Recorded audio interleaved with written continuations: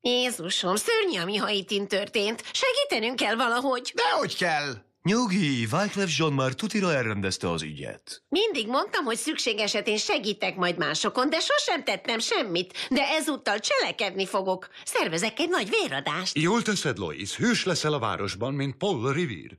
Mindjárt itt lesznek a britek. Tartsunk ki, katonák, az életünk árán is! Igen, igen.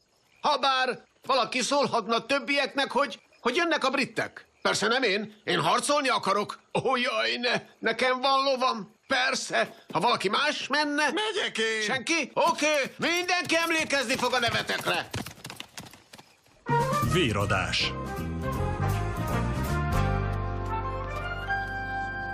Na hát, nagyon sikeres véradást szerveztél. Ó, igen, minden olajozottan működik. Csak az a szúnyog idegesít, aki be akar lógni. Hello, az új ápoló vagyok. Tűnj el innen! Ez a fér nem a tiéd!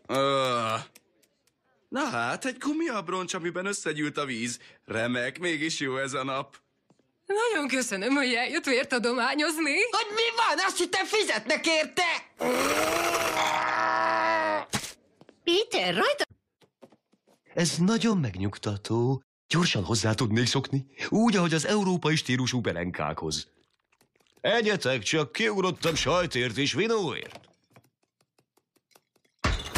Ha keresnétek, a medencénél leszek a meglepően dögös, sárgafogú csajommal. Szúj, részeg vagy. Komoly vagy, mint az epegörcs. Nem, én délelőtt nem iszom, mert le kell szállnom a géppel. Na gyere, most elviszlek a napközibe. Oké, nincs para, nyugi van. Azt hiszem rossz lábra húztam a cipőmet. Már is 9:40 lenne. Lois, indulnunk kell.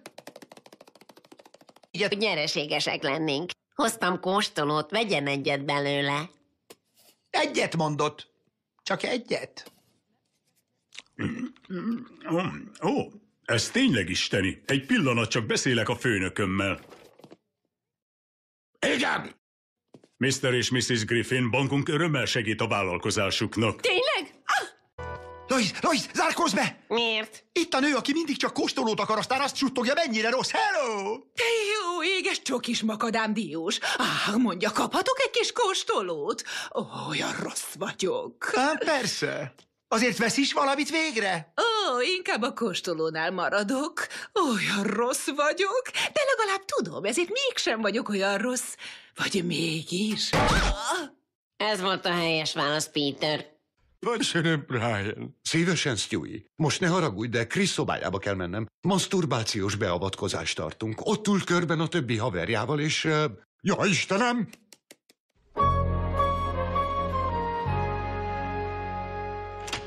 És mi lesz most a bolttal? Nos, beszéltem a bankkal, és gond nélkül átvették. Szeretem a sötét. Ham, nyam, nyam, nyam, nyam, nyam.